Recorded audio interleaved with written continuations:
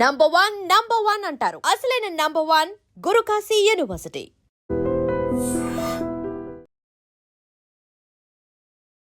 వివాహేతర సంబంధం వల్ల మరో కుటుంబం బలైపోయింది.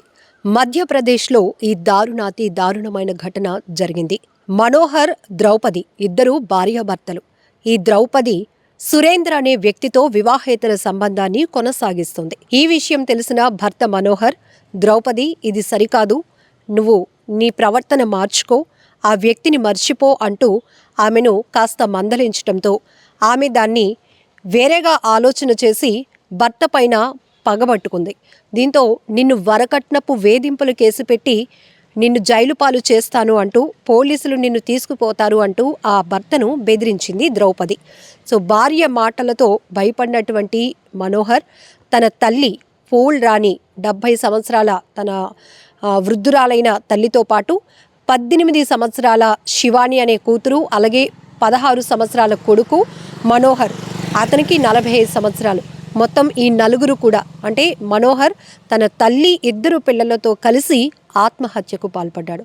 ఈ కేసును దర్యాప్తు చేసినటువంటి పోలీసులు ఇప్పుడు ద్రౌపది అలాగనే ఆమె ప్రియుడు సురేంద్రను అరెస్టు చేశారు. ఇది ఎంత దారుణంగా ఉంది. అసలు మనుషుల ప్రాణాలు అంటేనే లెక్క లేకుండా పోయింది. వాళ్ళకి నచ్చినటువంటి వ్యవహారాలు కొనసాగించడం కోసం కుటుంబాలను బలి పెడుతున్నటువంటి పరిస్థితులు కూడా ఉన్నాయి. కుటుంబాలను బలి తీసుకుంటున్నారు అని చాలా క్లారిటీగా చెప్పొచ్చు. ఎందుకంటే ఇక్కడ భార్యాభర్తల మధ్య ఒక మంచి అనుబంధం కొనసాగుతున్న క్రమంలోనే వేరే వ్యక్తుల మోజులో పడి వివాహేతర సంబంధాలు పెట్టుకోవడం, ఇటు మగవారు కావచ్చు, ఆడవారు కావచ్చు, వాళ్ళ ఇష్టానికి ఇటు కుటుంబాన్ని బలి తీసుకుంటున్నటువంటి పరిస్థితులు. కుటుంబ వ్యవస్థ ఏమైపోతుంది, పిల్లలు ఏమైపోతారు, ఇది తెలిసినటువంటి భర్త అయితే ఏమవుతాడు, అతని పరిస్థితి ఏంటి, లేకపోతే భార్య అయితే ఏమైపోతుంది, వాళ్ళ పరిస్థితి ఏంటి, మన కుటుంబం పరిస్థితి ఏంటి అని ఏమాత్రం బాధ్యత లేకుండా, ఆలోచించకుండా వాళ్ళ ఇష్టానుసారంగా వ్యవహరిస్తూ ఇలా కుటుంబాలను విచ్ఛిన్నం చేస్తున్న పరిస్థితి వివాహేతర సంబంధాల వల్ల కనిపిస్తూ ఉంది. ఈ మధ్య కాలంలో మన దేశంలో అనేక రాష్ట్రాలు, ఇతర ప్రాంతాల్లో జరుగుతున్న హత్యలకు, ఆత్మహత్యలకు ప్రధాన కారణం అక్రమ సంబంధాలు, ఆస్తి తగాదాలు. ఈ రెండిట్లో మళ్ళీ కంపేర్ చేస్తే ఇప్పుడు అక్రమ సంబంధాల వల్ల జరుగుతున్నటువంటి, అంటే వివాహేతర సంబంధాల వల్ల జరుగుతున్నటువంటి నేర ప్రవృత్తి ఎక్కువగా పెరుగుతోంది. ఈ కేసులు ఎక్కువగా ఛేదించడంలో పోలీసులకి పెద్ద టాస్క్ అనే చెప్పొచ్చు. ఎందుకంటే ఎక్కడా లేని ఆస్కార్ నటనలు కూడా ఈ కేసుల్లో కనపడతా ఉన్నాయి. వాళ్ళే చంపించేస్తున్నారు, వాళ్ళే సుపారీ హత్యలు చేస్తున్నారు, వాళ్ళే నటించి తెగ ఏడ్ చేస్తూ ఉంటారు. సో ఈ కోణంలో చూస్తే గనక ఇప్పుడు సినిమాటిక్ రేంజ్లో పోలీసులు తమదైన శైలిలో విచారణ కొనసాగించాల్సిన పరిస్థితులు కూడా వచ్చేసాయి. ఇంతకుముందు ఏవైనా హత్యలు జరిగాయంటే ఏ దొంగతనం కోసమో, లేకపోతే ఏ ఆస్తి తగాదాల వల్ల, ఏ కుటుంబ కలహాల వల్ల జరుగుతూ ఉండటానికి కారణాలు అవుతున్నాయి అని ఆలోచించడానికి ఒక అవకాశం. కానీ ఇప్పుడు సోషల్ మీడియాలో ఇగో పలానా చోట ఈ హత్య జరిగిందట, పలానా చోట ఈ ఆత్మహత్య జరిగిందంట అంటే అక్కడ ప్రతి ఒక్కరూ చర్చించుకోవటం కానీ చాలా స్ట్రైట్ ఫార్వర్డ్గా ఒక మెసేజ్లో చెప్పేస్తూ ఉన్నారు. ఆమెకు కానీ అతనికి కానీ ఏమైనా వివాహేతర సంబంధాలు ఉన్నాయేమో, ఆ కోణంలో పోలీసులు దర్యాప్తు చేస్తే బాగుంటుంది అని.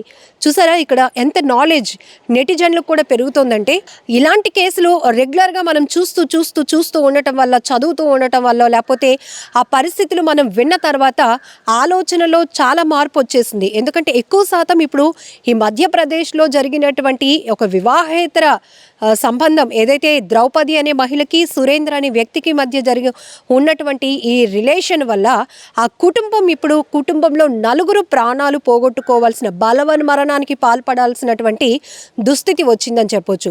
ఇందులోనూ భర్త ఎవరైతే మనోహర్ ఉన్నారో తన భార్య వరకట్నపు వేధింపులతో నిన్ను జైలు పాలు చేస్తాను, పోలీసులకు అప్పజెప్పేస్తాను అని తిరిగి అతన్నే బెదిరించడం వల్ల ఆ వ్యక్తి భయపడిపోయాడు. అంటే ఎంత సున్నితమైన మనసో అతను అర్థం చేసుకోవచ్చు.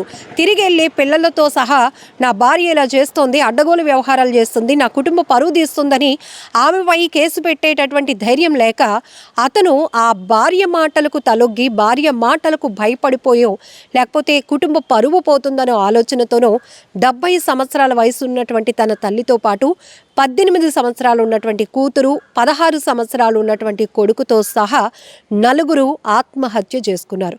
ఇప్పుడు పోలీసులు ఈ కేసులో అయితే ఈమెను ఎవరైతే ఈ భార్య ఉందో ద్రౌపదిని, ఆమె ప్రియుడు సురేంద్రను కూడా అరెస్టు చేశారు.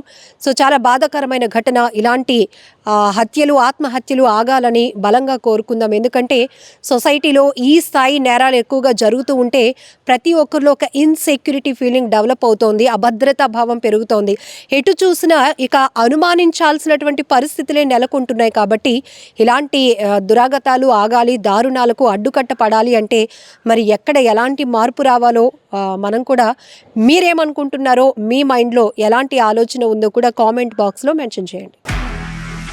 నిజంగా ప్రస్తుతం ఉన్నటువంటి సమాజం దేనికి ప్రయారిటీ ఇస్తుంది? ఆర్థిక సంబంధాల చుట్టూ మాత్రమే తిరుగుతోంది. మళ్ళీ ఎన్నికలంగానే చాలా విరక్తి కలుగుతాం.